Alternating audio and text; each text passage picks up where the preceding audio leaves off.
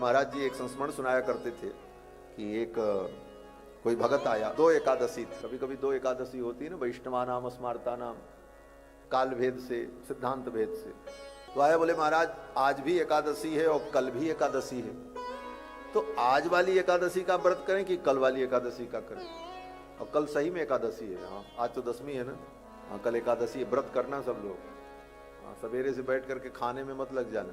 हाँ, कम से कम यहाँ धाम में आए तो एकादशी का व्रत तो करो।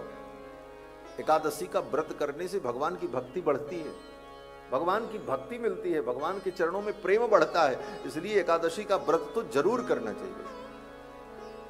कल एकादशी, और एकादशी में तो अगर व्यक्ति अन्न खाता है तो बिना पाप किए पापी हो जाता। क्यों? बोले एकादशी के दिन सब पाप आकर के अन्न में बैठ जाते हैं। ये एकादशी तिथि जब आई ना तो जितने पाप थे सब चिल्लाने लगे, कहां जाएं, ये एकादशी तिथि हमको भस्म कर देगी, बचने की कोई जगह नहीं है।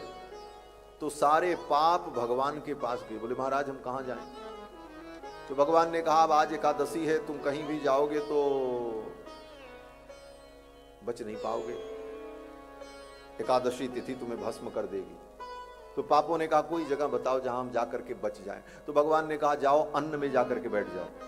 आज के दिन अन्न कोई छूता नहीं, आज के दिन कोई अन्न खाता नहीं, तो एकादशी के दिन तुम जाकर के अन्न में बैठो तो वहां सुरक्षित रहोगे। तो सारे पाप एकादशी के दिन जाकर के अन्न में बैठ जाते हैं। और एकादशी के दिन जो अन्न खाया बिना पाप किए, सारे पाप को अपने अंदर ले लिया, सारे पाप उसके अंदर आ गए। बिना ब्रह्म हत्या किए ब्रह्म हत्या लग गई, बिना जो है जीव हत्या किए जीव हत्या लग गई, अन्न खाए सारा पाप गया आपके अंदर। इसलिए एकादशी के दिन तो किसी भी स्थिति में अन्न का सेवन नहीं करना चाहिए,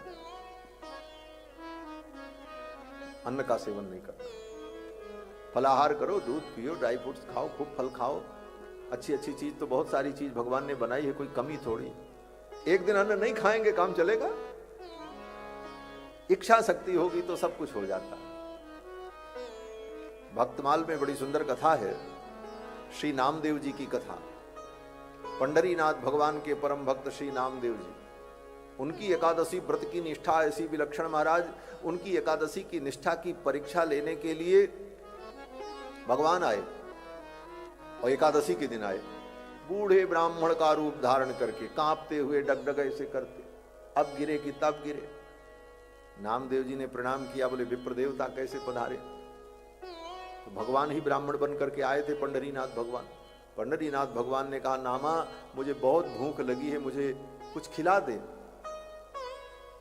क्या खाएंगे आप? आज तो एकादशी है। तो भगवान ने कहा मुझे भूख लगी, मुझे चावल खिलाओ, मुझे चावल खाने की इच्छा है। अगर चावल नहीं मिला तो मेरा प्राण निकल जाएगा, मुझे भात खाने की इच्छा है। नामदेव जी ने कहा विप्र देवता मैं आपको प्रणाम करूं, आज तो मैं आपको भात और चावल दाल नहीं खिला सकता। आप फलाहार कहो तो खिलावें, फल खिलावें, मेवा खिलावें, दूध पिलावें, लेकिन अन्न तो मैं नहीं दे सकता, मैं तो अन्न छू भी नहीं सकता, आज तो एकादशी है। भगवान ने कहा नहीं हम तो खाएंगे।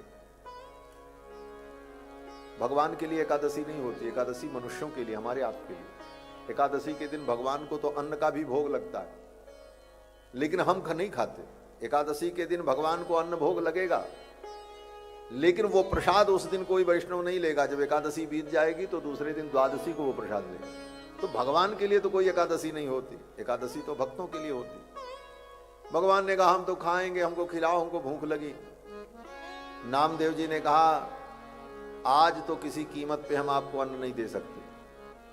बूढ़े ब्राह्मण के रूप में आए हुए भगवान ने कहा तब तो मैं मर जाऊंगा, अगर अन्न नहीं मिला तो मेरे प्राण चले जाएंगे। नामदेव जी ने कहा अब जी करके करोगे भी क्या, बूढ़े हो ही गए हो, मर जाओ तो ठीक ही है। और आज एकादशी के दिन मरोगे तो सीधे वैकुंठ ही जाओगे, क्या चिंता है। लेकिन हम आपको अन्न नहीं देंगे। ब्राह्मण देवता ने कहा अगर नहीं मिला तो मैं यहीं मर जाऊंगा। बोले कोई बात नहीं महाराज, अगर आप जिंदा रहोगे तो कल आपको भोजन कराएंगे, अगर आपका शरीर छूट गया तो फिर आपका अंतिम संस्कार भी हम ही करेंगे, कौन करेगा।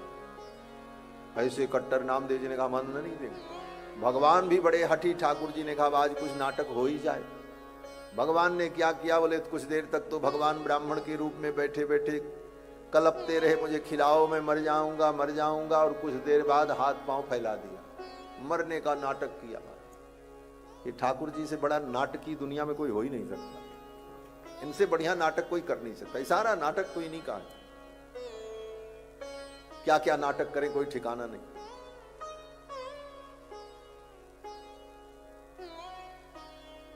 हमारे अयोध्या में एक महात्मा जी थे, श्री घनश्याम दास जी महाराज।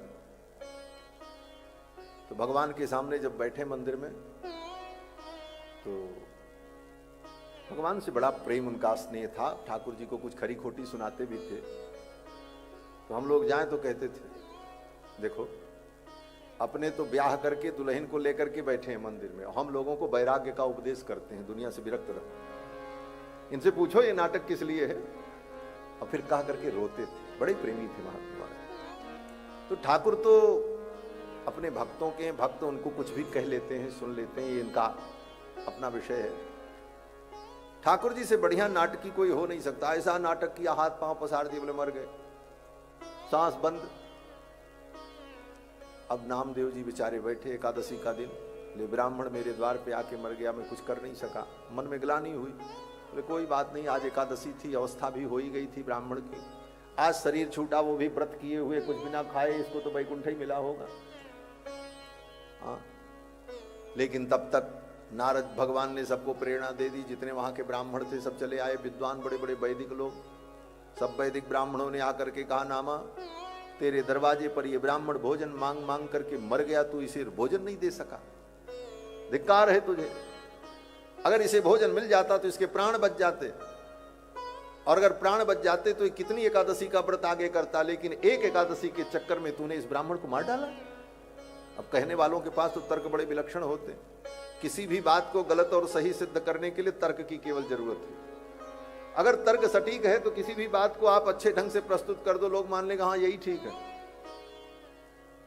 लोगों ने कहा अगर ये जिंदा रहता तो आगे कितनी एकादशी करता, कितने धर्म कर्म करता, और एक एकादशी के चक्कर में इस ब्राह्मण को मार डाला, भोजन नहीं दिया, तुमको तो ब्रह्म हत्या लग गई। अब तो नामदेव जी बड़े दुखी, सब ब्राह्मणों ने कहा तुमको ब्रह्म हत्या लग। अब ब्राह्मण लोग जो निर्णय कर दे, वेद शास्त्र के आधार पर सबको मानना ही पड़ता। ब्राह्मणों ने कहा तुमको ब्रह्म हत्या लगी, इसका प्रायश्चित्त करना होगा। नामदेव जी ने कहा क्या प्रायश्चित्त होगा? बोले प्रायश्चित्त यही है, इस ब्राह्मण को गोद में लेकर के तुम चिता में बैठो, इसका भी अंतिम संस्कार हो और इसी के साथ तुम भी जलो, यही प्रायश्चित्त। नामदेव जी ने कहा ठीक है, अगर ऐसी बात है तो यही करेंगे, हमें स्वीकार है। एकादशी बीती। अब महाराज एकादशी के बाद अब उनके अंतिम संस्कार की तैयारी हुई, चिता लगी, समाज के लोग आए, पूरे पंढरपुर के बड़े बड़े विद्वान ब्राह्मण सब एकत्रित हो गए। नामदेव जी ने उस ब्राह्मण को गोद में उठाया, वो तो भगवान ही थे, पंडरीनाथ भगवान, लिया, चिता पर चढ़ने चले। भगवान सांस बंद किए पड़े हुए हैं, मरने का नाटक कर रहे हैं। धीरे से आंख खोल करके भगवान ने देखा, अरे ये नामा तो स्वयं मरेगा, हमको भी जलाएगा आज, ये नाटक लगता है अब तो गड़बड़ होने वाला है। ठाकुर जी ने सोचा अब क्या करें, लेकिन नामदेव जी तो दृढ़ थे, ले करके भगवान को गोद में चिता पर बैठ गए, कोई भय नहीं, कोई संकोच। लोगों ने चिता में आग लगाई, और चिता में जब आग लगी तो नामदेव जी भगवान का संकीर्तन करने लगे, विट्ठल विट्ठल विट्ठला पांडुरंग विट्ठला। अब ठाकुर जी ने सोचा ये तो हमें तो कुछ नहीं होगा, अग्नि भगवान को क्या जलाएगी। भगवान ने सोचा हमें तो कुछ नहीं होगा, लेकिन ये मेरा भक्त नामदेव जल जाएगा। वो बूढ़े ब्राह्मण के रूप में ठाकुर जो आए थे, अपने से उनका हाथ पैर नहीं हिल रहा था, मर चुके थे, लेकिन अचानक उनके अंदर इतनी शक्ति आई कि वो उठ करके खड़े हुए और नामदेव जी को अपने कहाँ गया। नामदेव जी मुस्कुराने लगे, बोले कोई और नहीं था, वो मंदिर में बैठे हैं जाके। यही है ऐसी एकादशी की निष्ठा कि प्राण देने को तैयार, लेकिन एकादशी के दिन अन्न नहीं। तो बात में कह